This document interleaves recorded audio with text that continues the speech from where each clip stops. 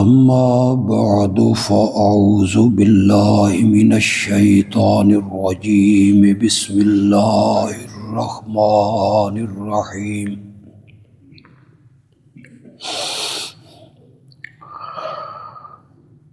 إنا أعطيناك الكوثر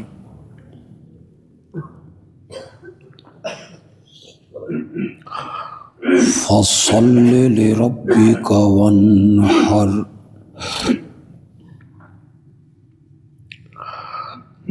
إن شانئك هو الأبتر.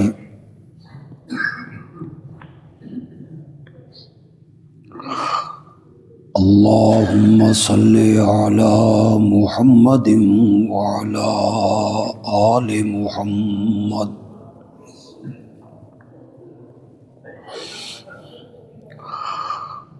كما صليت على إبراهيم وعلى آل إبراهيم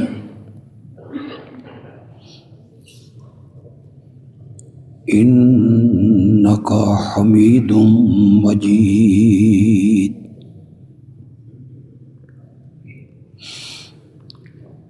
اللهم بارك على محمد وعلى آل محمد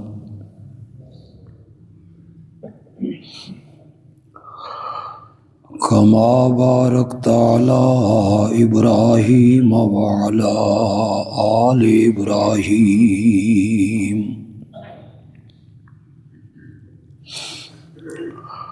إنك حميد مجيد.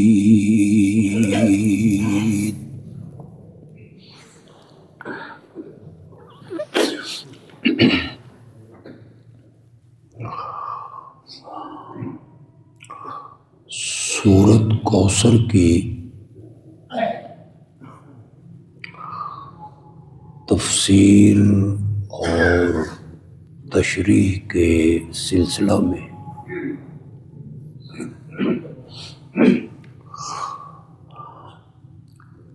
یہ بیان ہو رہا ہے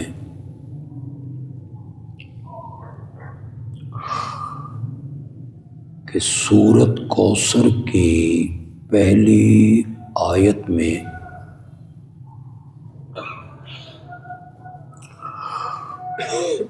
اللہ کے انعامات کا تذکرہ ہے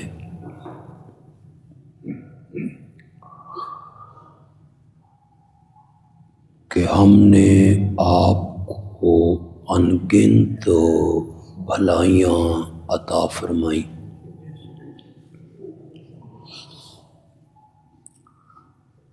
خیر کثیر آپ کی جھولی میں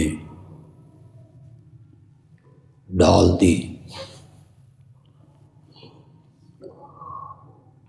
دوسری آیت میں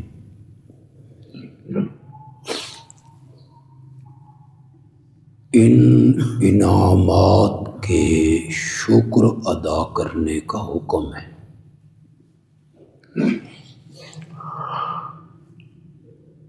میرے انعامات کا آپ شکر ادا کریں۔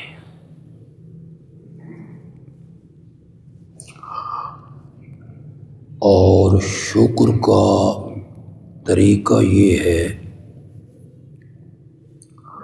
فَصَلِّ لِرَبِّكَ، کہ نماز اپنے رب کے لیے پڑھیے، وَانْحَرْ، اور قربانی بھی اپنے رب ہی کے لیے کیجیے۔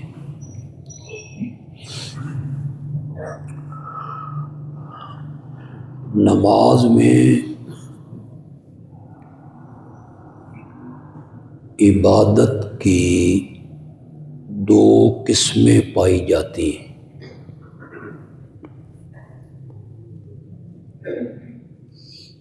ایک قولی عبادت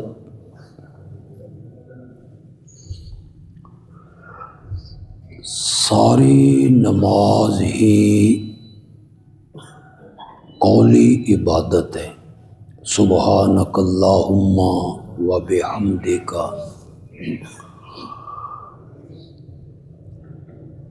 پھر رکوع میں سبحان ربی العظیم، سجدے میں سبحان ربی الاعلی،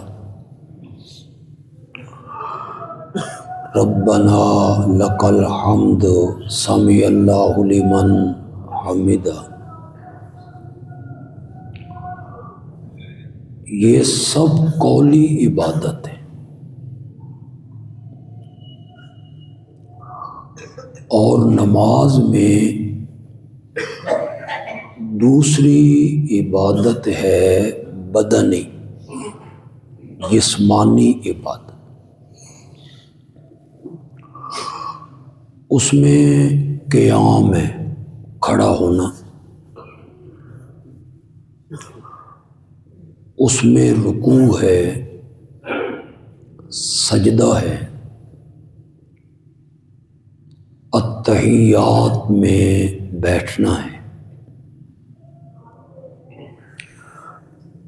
یہ سب جسمانی بدنی عبادتیں ہیں۔ ونحر اور قربانی میں مالی عبادت پائی جاتی ہے، مال خرچ ہوتا ہے۔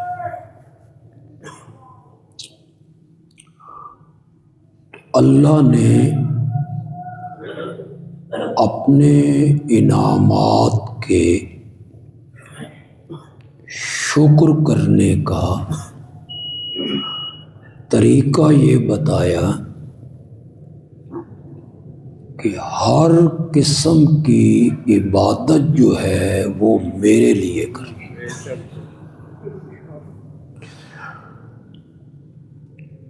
عبادت کی تین ہی قسمیں ہیں،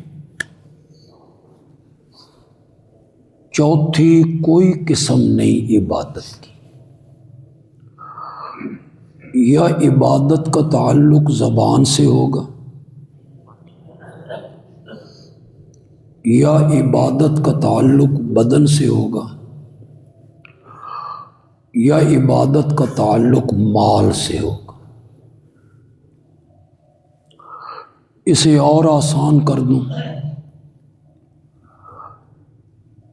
یا عبادت ہے مصائب میں غائبانہ پکارنا،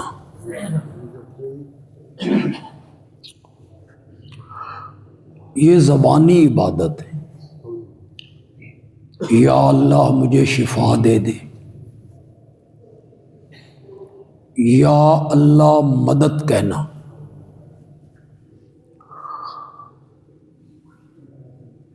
سجدہ بدنی عبادت ہے، اور نظر و نیاز، قربانی، زکوٰۃ، عشر، صدقہ، خیرات، یہ مالی عبادت۔ اللہ کہنا یہ چاہتے ہیں کہ میری نعمتیں استعمال کر کے ہر قسم کی عبادت میرے لیے کرو۔ یہ ہے اصل شکر، جس کو میں نے پچھلے جمعے پہ عرض کیا، اگر آپ کے ذہن میں ہو۔ حضرت لقمان علیہ السلام نے اپنے بیٹے کو پہلی نصیحت کی تھی، لا تشرک باللہ ان الشرک لظلم عظیم، وَلَقَدْ آتَيْنَا لُقْمَانَ الْحِکْمَةَ، ہم نے لقمان کو دانائی اور فہم عطا کیا۔ وہ جو فہم ہے، دانائی ہے، اس کا نتیجہ یہ ہے انشکر للہ، کہ شکر کر کس کے لیے؟ اللہ کے لیے۔ یہ حکمت کا پہلا نتیجہ ہے۔ اور شکر کیا ہے؟ جس کا حکم حضرت لقمان کو دیا جا رہا ہے کہ اللہ کا شکر کر، اسے حضرت لقمان نے اپنے بیٹے کے سامنے ذکر کیا، لا تشرک باللہ ان الشرک لظلم عظیم۔ تو شکر کا جو پہلا نتیجہ ہے وہ یہ ہے کہ اللہ کے ساتھ کسی کو شریک نہیں کرنا، کسی کو غائبانہ نہیں پکارنا، یہ جبین کسی کے سامنے نہیں جھکانی، اپنے مال میں، چوپایوں میں، زمینوں میں، زمین کی پیداوار میں بطور نظر و نیاز کسی کا حصہ نہیں نکالنا۔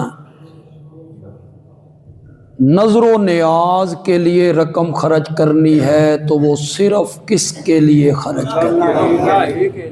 یہ شکر ہے، یہ شکر کا طریقہ ہے۔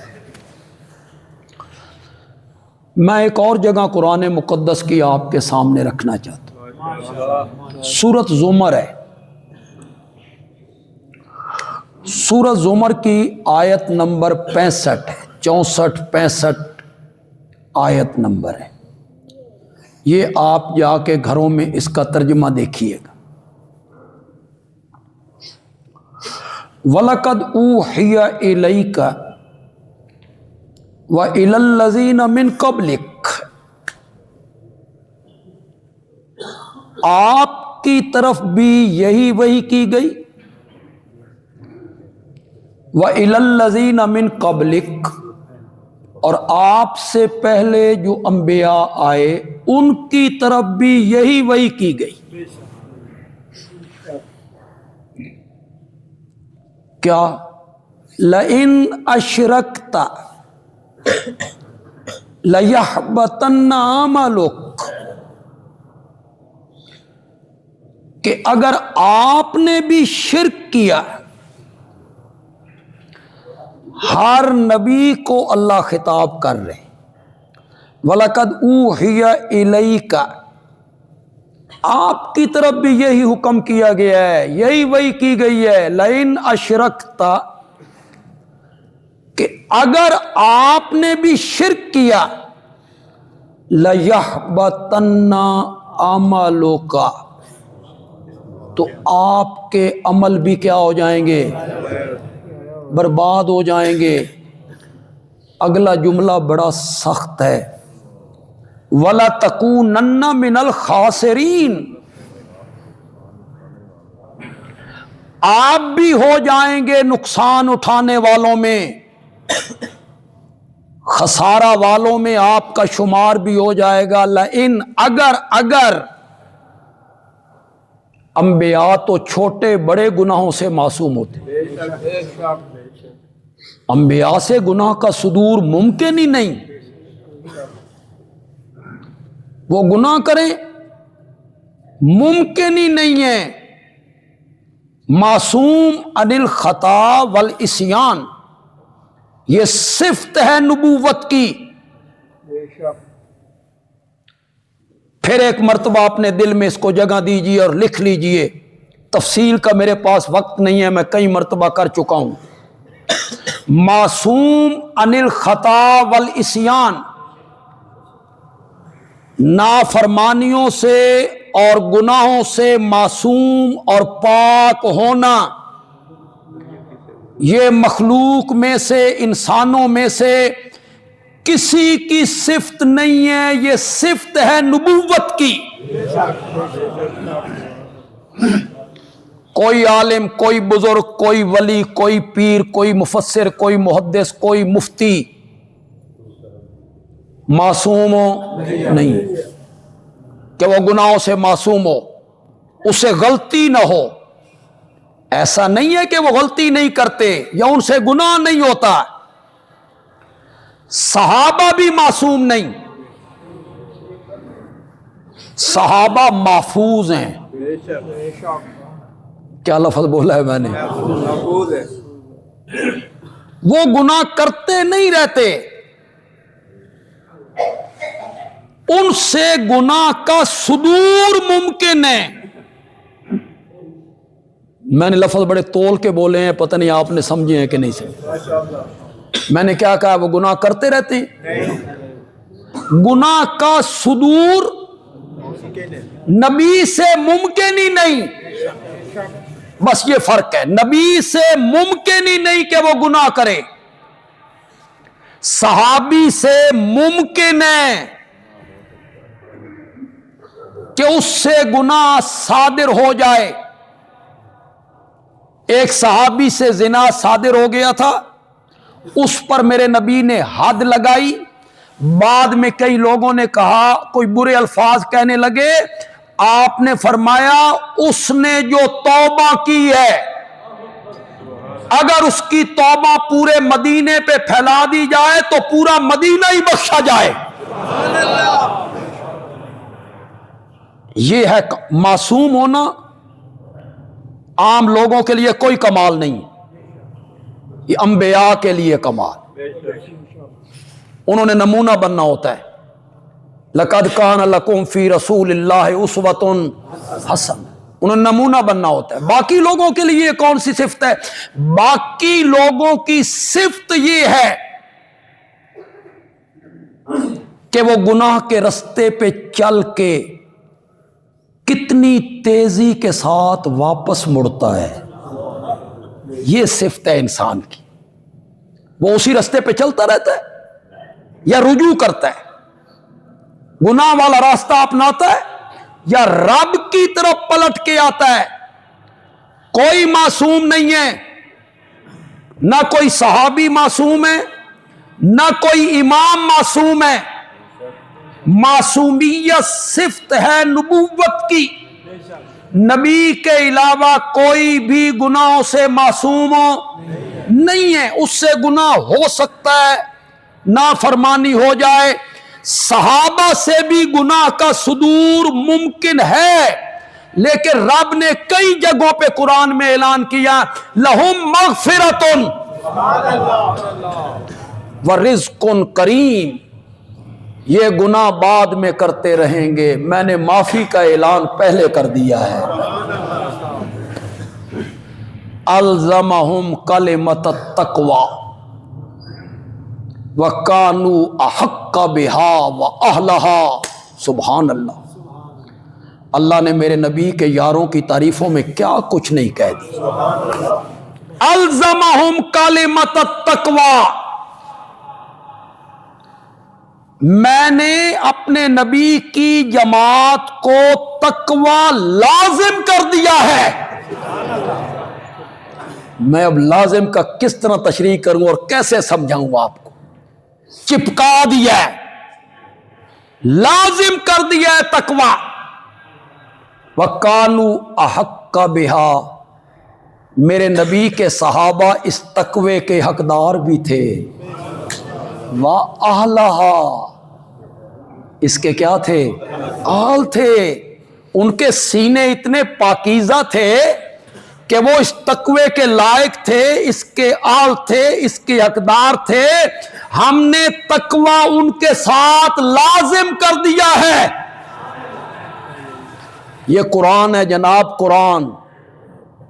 یہ کن کو کہا جا رہا ہے؟ مجھے. میں تو اس وقت نہیں تھا، آپ تو اس وقت نہیں تھے، آج کے علماء بھی اس وقت نہیں تھے، چاروں ائمہ بھی اس وقت نہیں تھے، حدیث کی 6 کتابوں کے مصنف بھی اس وقت نہیں تھے، مفسر محدث اولیاء اللہ بھی نہیں تھے جب قرآن کہہ رہا تھا الزمہم کلمۃ التقوی وَكَانُوا أَحَقَّ بِهَا وَأَهْلَهَا. لازم کر دیا، لازم. میں نہیں سمجھا سکا تو آسان کر کے سمجھاتا ہوں، اللہ کرے آپ کو سمجھ آ جائے، آپ سرور لیں. تپش آگ کو لازم ہے، اور ٹھنڈک برف کو لازم ہے. آگ سے تپش کو نہیں ہٹایا جا سکتا اور ٹھنڈک کو برف سے نہیں ہٹایا جا سکتا. اگلی غلطی تو سمجھ جانی چاہیے. آگ کو تپش لازم ہے، برف کو ٹھنڈک لازم ہے.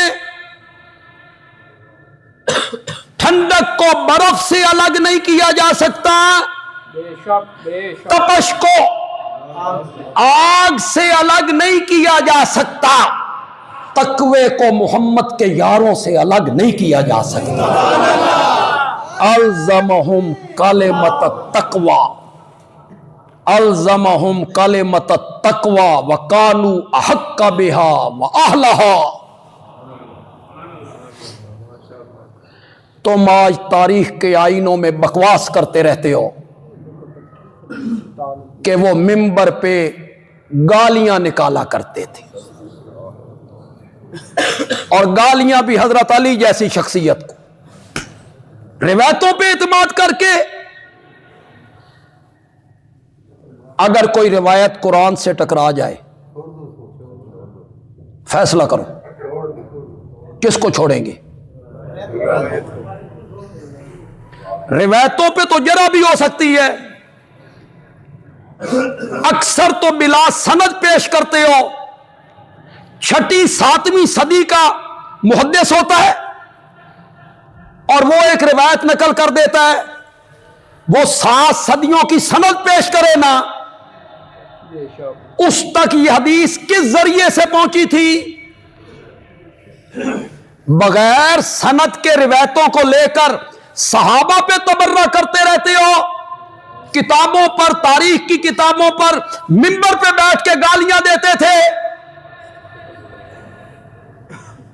یہ جو منبر پہ بیٹھ کے گالیاں نکالنا ہے، میرا خیال ہے یہ بھی تقوی ہی ہے. ساڈے سرگودے تقوی سے دنا ہے. متقی بندہ وہی ہوتا ہے نا جو منبر پہ گالیاں دے.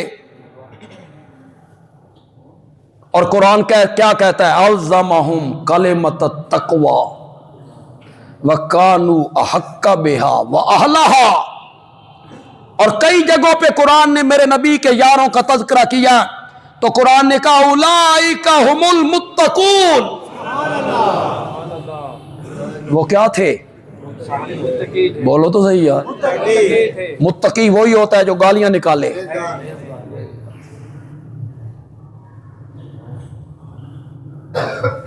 ہم نے ایمان ان کے لیے محبوب بنایا، وَزَيَّنَهُ فِي قُلُوبِكُمْ، تمہارے دلوں میں اس ایمان کو مزین کر دیا. ذرا لفظوں پہ غور تو کرو یار. حبب الیکم الایمان وزینہ فی قلوبکم. زینہ فی قلوبکم، کہو تو صحیح ایک مرتبہ. میرا ایمان اتنا خوبصورت ہے، جس دل میں آئے نا وہ دل خوبصورت ہو جاتا ہے. لیکن میرے نبی کے یاروں کے دل اتنے خوبصورت تھے، میرا ایمان ان دلوں میں آیا تو ایمان ہی خوبصورت ہو گیا تھا. حبب الیکم الایمان وزینہ فی قلوبکم. اگلے لفظوں کا آیت کے الفاظ کا ترجمہ آپ نے کرنا ہے. کرہ الیکم الکفر والفسوق والعصیان. کرہ ناپسندیدہ کر دیا، دور ہٹا دیا تم سے، الکفر، بولو تو صحیح، والفسوق، فسق و فجور کو، والعصیان، نافرمانیوں کو. کفر کو ہٹا دیا، نافرمانیوں کو ہٹا دیا.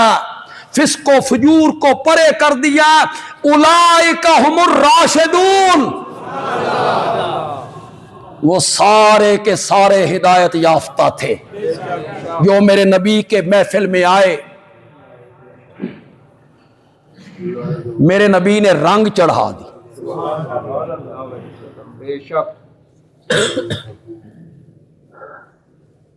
صرف 3 آدمی تھے، 4 آدمی تھے جو مخلص مومن بچ گئے، باقی سارے ایمان کو چھوڑ گئے۔ انا للہ، یہ اسلام کی تصویر پیش ہو رہی، یہ دنیا کفر کے سامنے ایمان کی تصویر پیش ہو رہی ہے کہ مسلمانوں کا جو نبی تھا نا، اس کے اثرات دیکھو، اثرات ادھر نبی کی آنکھیں بند ہوئی اور ماننے والے سارے حضرت علی کو چھوڑ کے ابو بکر کے پیچھے چلے گئے۔ حق حضرت علی کا تھا، کسی نے پرواہ نہیں کی اور سب چھوڑ کے ابو بکر کے پیچھے چلے گئے۔ یہ ہیں میرے نبی کے اثرات، یہ ہیں اثرات نبوت کے۔ 23 سال محنت کے یہی اثرات ہیں۔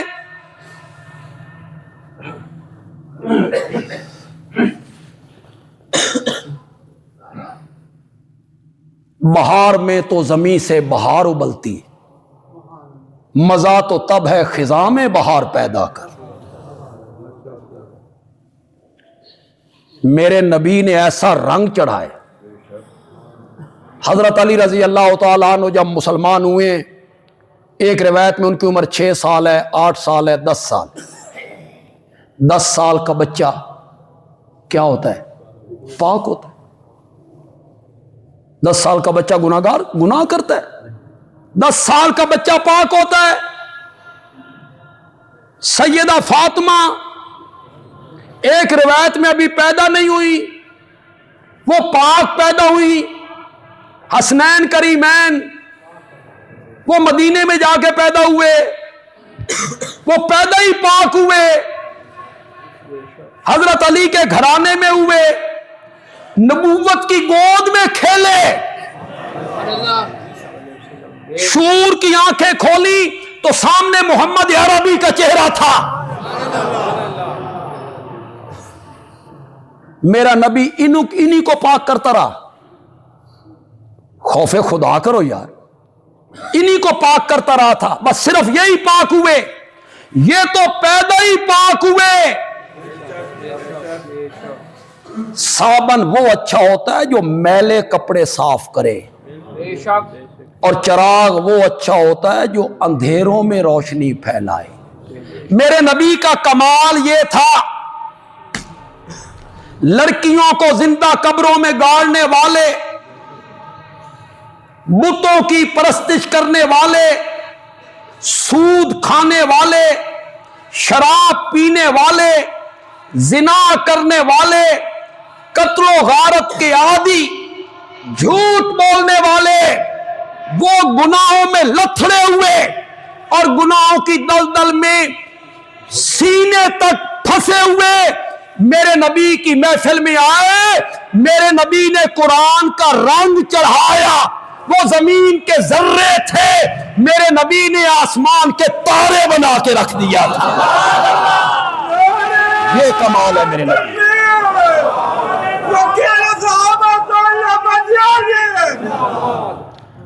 نعرہ تکبیر، نعرہ صحابہ، حضرت مولانا اللہ بلانی صاحب، جمعیت اشاعت توحید و سنت۔ میرا نبی چند لوگوں کو ہی پاک کرتا رہا تھا۔ یہ تصویر پیش کی ہے تم نے نبوت کی۔ میرے نبی نے گناہوں میں لتھڑے ہوئے لوگ،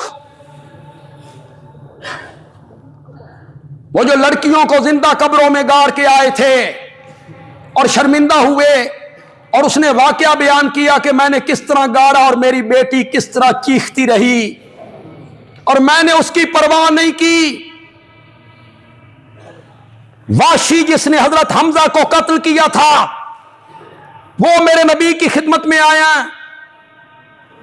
اسے معافی میرے نبی نے دی، وہ صحابہ کے زمرے میں شامل ہوا۔ وہ گناہوں میں لتھڑے ہوئے لوگ میرے نبی کی محفل میں آئے, میرے نبی نے ان کے دلوں کا تزکیہ کیا, صفائی کی, دلوں کی مانجا لایا,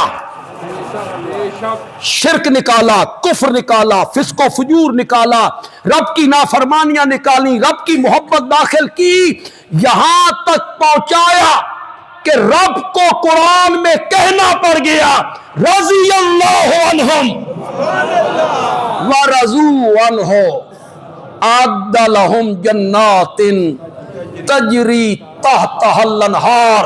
میرا سونا پیغمبر اسا تا جنت سجائی تیرے یارہ واسطے ہے. اللہ نے رضا کی سندیں ان کے ہاتھوں میں دے دی تھی.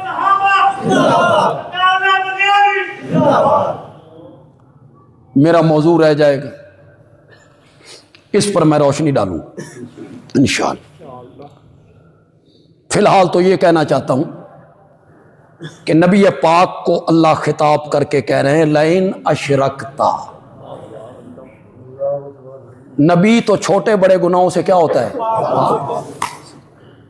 اس سے تو صغیرہ گناہ بھی نہیں ہوتے, چہ جائے کہ شرک اکبر الکبائر,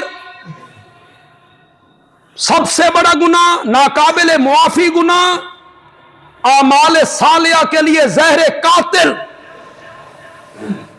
وہ شرک صادر ہو نبی سے ممکن ہی نہیں, لیکن یہاں نبی پاک کو خطاب کر دیا رب نے لئن اشرکتا, اگر آپ نے بھی شرک کیا, اگر بالفرض والمحال, وہ جس طرح کہا تھا لو کان فیہما آلہا, اگر اس زمین و آسمان میں کوئی اور معبود ہوتے, اگر ہیں تو کوئی نہیں.